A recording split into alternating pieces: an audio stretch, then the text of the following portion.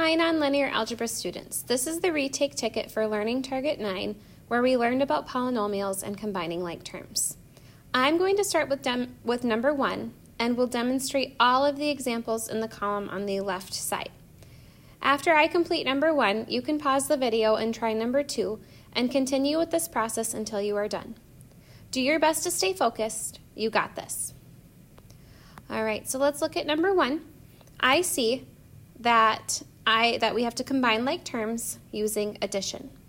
First, something that could be helpful is going through and adding a 1 in front of the variables that don't have a coefficient. It could come in handy later when we're trying to add. Alright, so I like to use colors and shapes when I'm trying to figure out, well, which terms are my like ones so I can add them together. If you have colors, go for it. Otherwise, shapes work just fine. So something that I notice is I have this 2 as my first term here, and that is a constant. It doesn't have a variable. And if you look at the end here, same with 9. So I can add those together because they're a like term.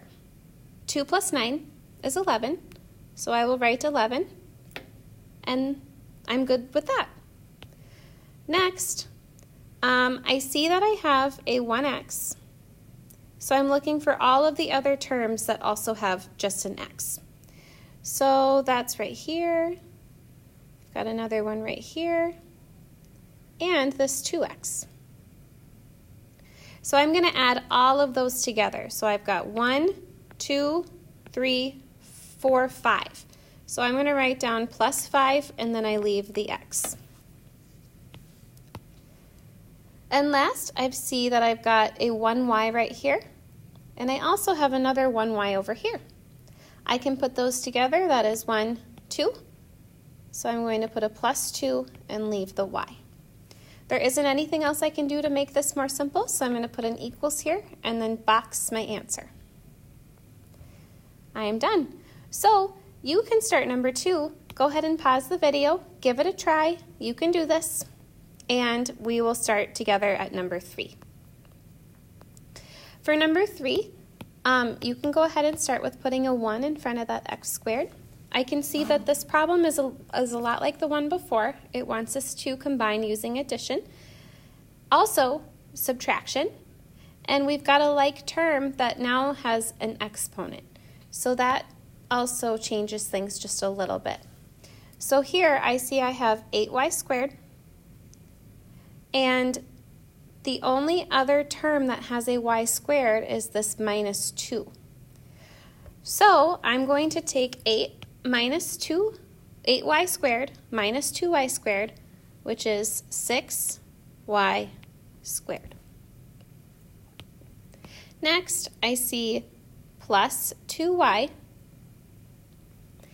And looking at my other terms, I don't see anything else that just has a 2y, or just a y, I mean. It doesn't have to be a 2.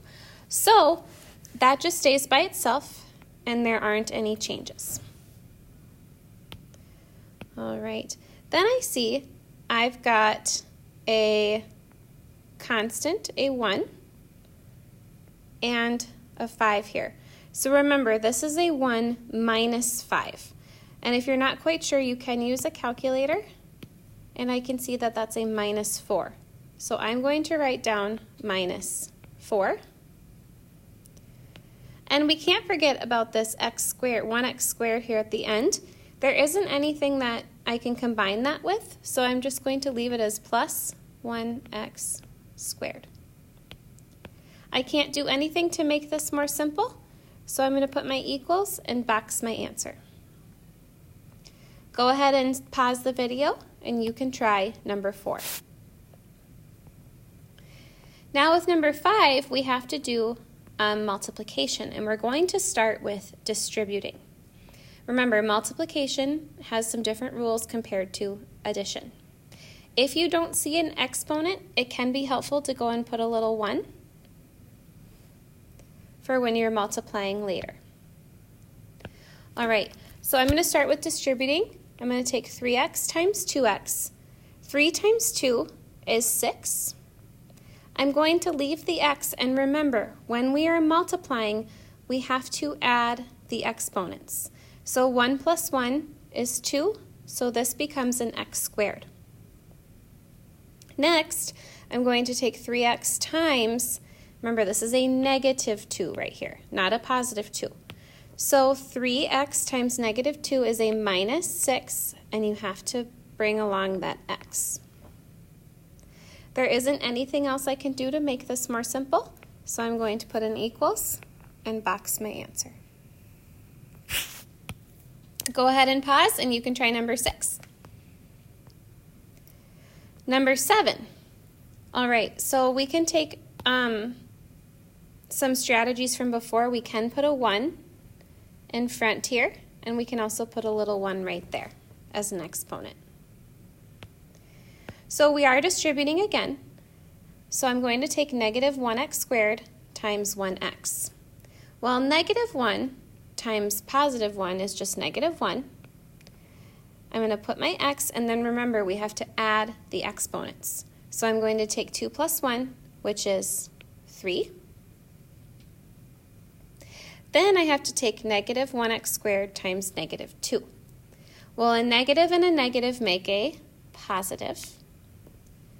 And negative 1 times negative 2 is just a positive 2, and you have to leave the x squared.